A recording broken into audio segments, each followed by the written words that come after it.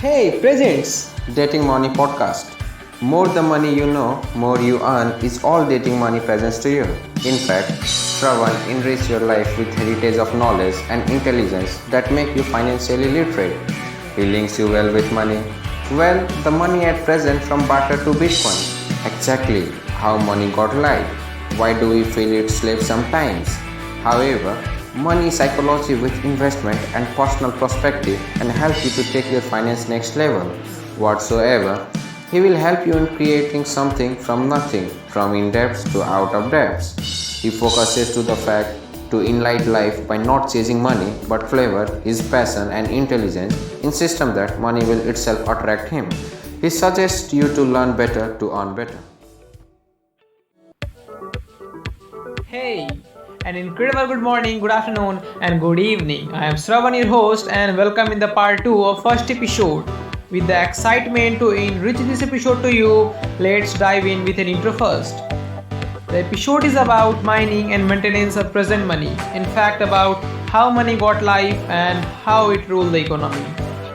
However, in the previous episode, we already has been presented with the barter economy to paper economy and a bit about digital money supply. But so far, this episode covers an exclusive topic. Well, a money in hand to money in mind. Yes, of course. What are you thinking exactly am I talking about?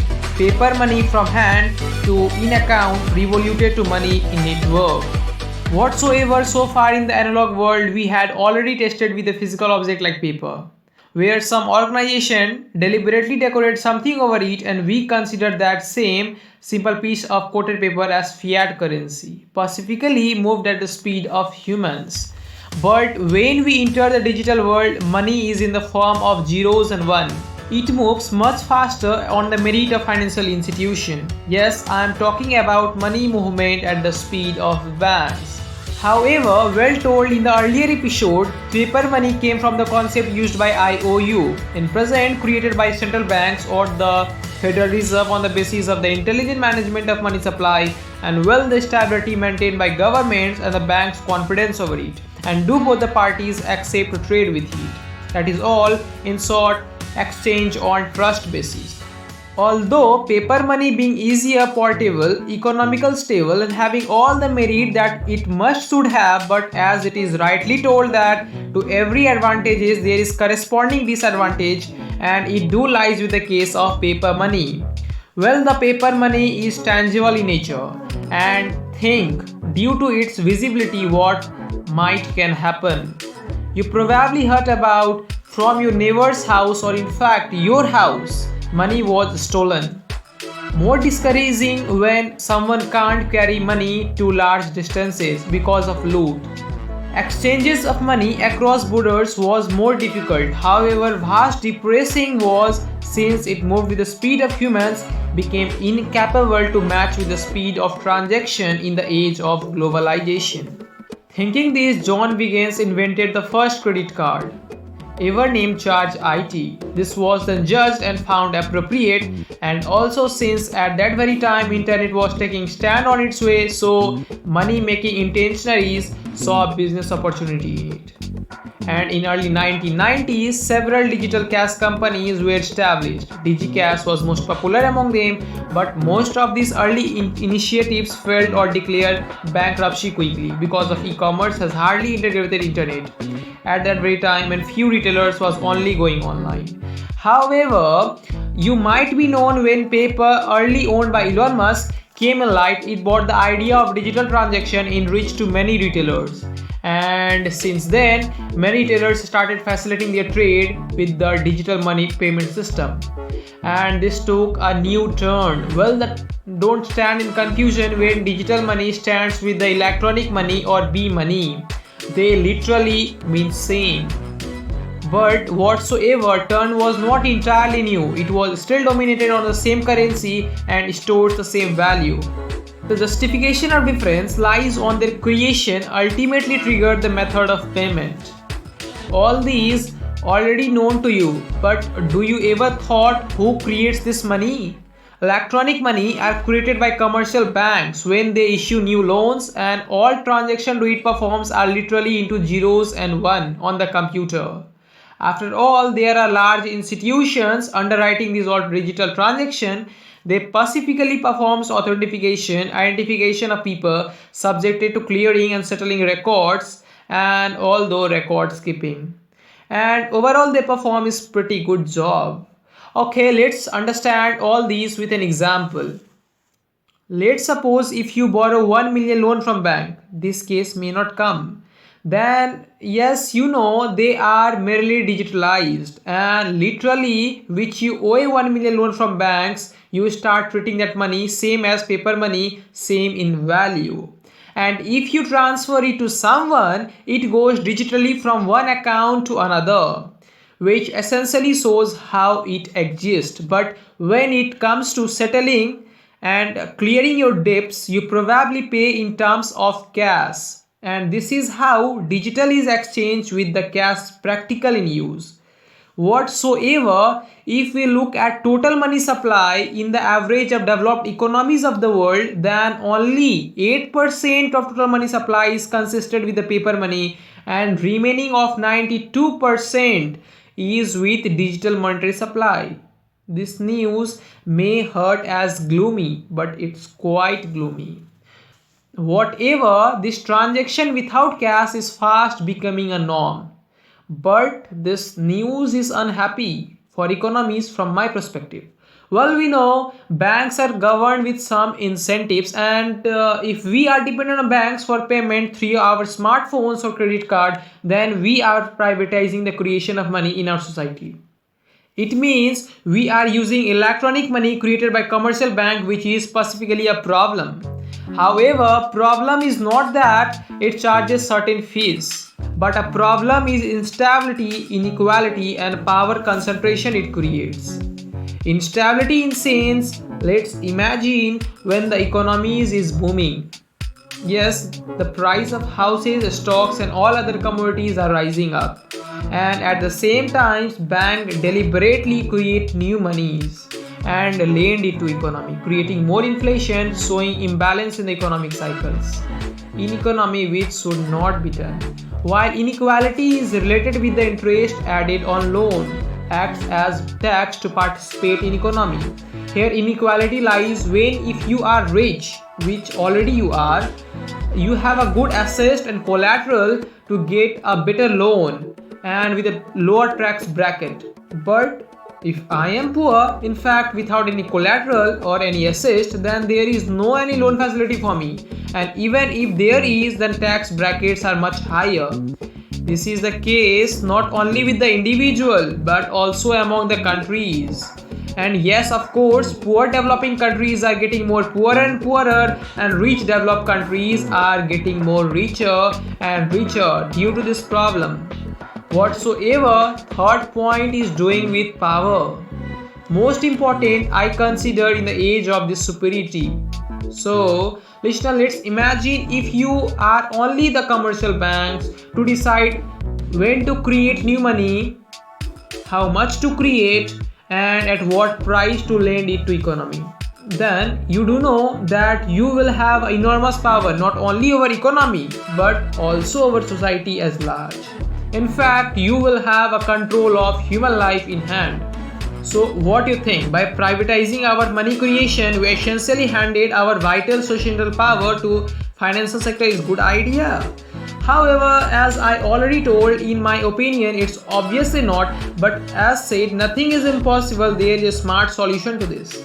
And what we need is revolution and update of existing system, where mining of digital money will be on the hand of central banks and disallow commercial banks to create new money on their monopoly. Whatsoever, there even exists a plan B. Yes, the second solution is that introduced an entirely new monetary system. And yes, there is an incredible new monetary system well introduced, as in 2008 when there was financial crisis and monetary depression among economies because of the problems created by digital banks discussed earlier. An unknown individual or maybe a group, namely Satoshi Nakamoto, published a 9-page of white paper containing concept of cryptocurrency following peer-to-peer electronic cash system. At this time, this concept was only an idea on paper, but in 2009, Nakamoto published the concept to text and released the first cryptocurrency software ever named Bitcoin. And do you know this unknown person was only active for first 2 years, writing those forms, sending emails, and working with other developers in order to improve program. But this changed in 2011 when Nakamoto essentially vanished. No more forms, no more emails, and non even close collaborators meet Nakamoto. And this remained a biggest mystery in the world of technology. All over, whatever founder developed was completely based on the concept of cryptography, which was not only a first time in use. Well, as it is rightly told that future is just a past entered through a new gate, the concept was also firstly evidenced around 1900 BC in Egypt and also during World War II when Enigma used to transfer and hide military information. However, same used in IBM at the National Bureau of Standards NIST of US. Whatsoever, cryptocurrency technically is a technique for securing communication in presence of third party. And yes, the same is even used with Bitcoin. But don't remain in illusion that it's any social media. In fact, it is not any robotics or big data, not even AI. It's network with value. Just like a digital currency linked with a public ledger so-called blockchain.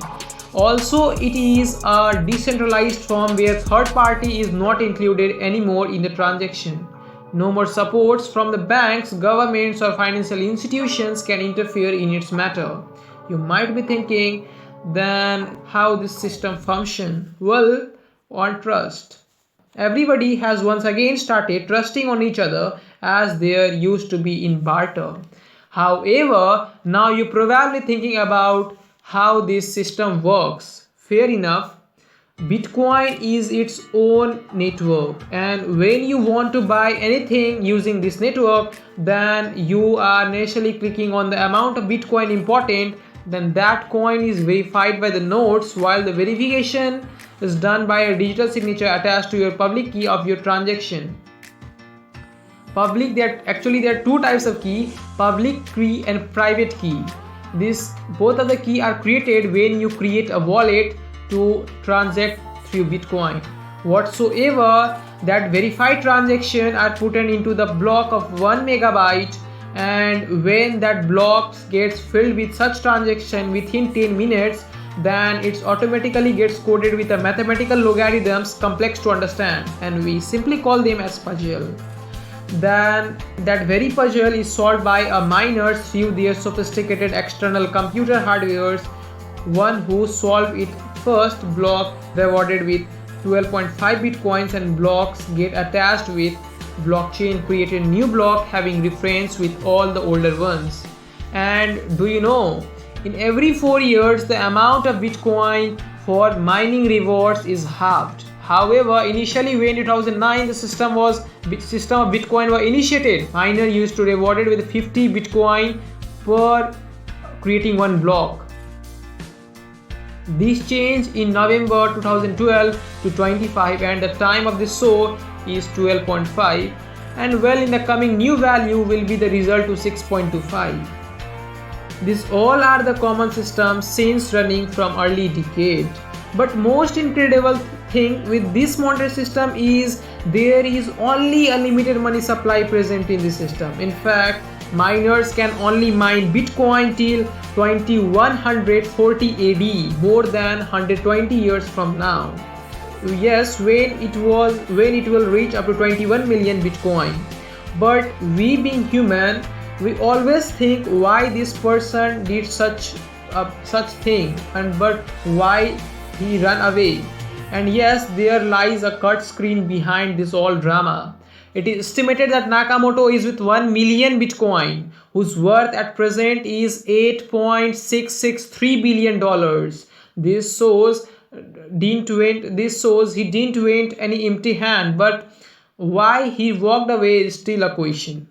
Well, there are some kinds of a hypothesis presented, and this is a Matt Grew, a cryptocurrency professor at Johns Hopkins University, and he says, well, there are two competing theories. There's the good Satoshi hypothesis, which holds that Satoshi really wanted to let Bitcoin go and become its own thing without him. The other hypothesis is that Satoshi really just saw Bitcoin taking off and wanted to keep his privacy. but above all, I too support him because Nakamoto is with 1 million Bitcoin. Well, after long finding, a new week extended some evidence towards Japanese American Dorian Satoshi Nakamoto in 2004 as the founder, but Dorian responded in sense that he is not. He tells, "Do you mind speaking to us for a moment?" No. I have nothing to do with Bitcoin. I just believe that somebody put that fictitious name in there. so the pretty good case is to be made that a last thing you want to identify is your life. In your life is to find a creator of Bitcoin, and yes, I do want. However, why one should care about creator? Why is founder that important is always the question in your mind and my mind too. Well, as I already told, Bitcoin has a finite supply, only about 21 million, out of which 5% total money supply is in fact 1 million is with Nakamoto. Now imagine what horrible will happen when at one time all this value will be launched on the market will extraordinarily fall down, and since this market is only dependent on demand supply relation, there will be a fluctuation, in fact a high fluctuation, causing once again depression in economy. But in my anticipation, there is a less chances of such occurring. However, what do you think? What can be the result? Can such terrible can take place? But just above all, the most focusing policing factor is its distant change in its value. Bitcoin is with the highest delicate risk bearing, and it above all it chases the highest returns. So what do you think? By listening this all, whether you also should have a transaction also by Bitcoin? Distant to this, what do you know about investment in Bitcoin? In the growing economies, investment in Bitcoin has been increasingly due to imitating each other. But what do you think about investment in Bitcoin? Is the investment a gambling with cryptocurrency? Is our next show whatsoever coming to you. If you buy Bitcoin, it won't tempt you.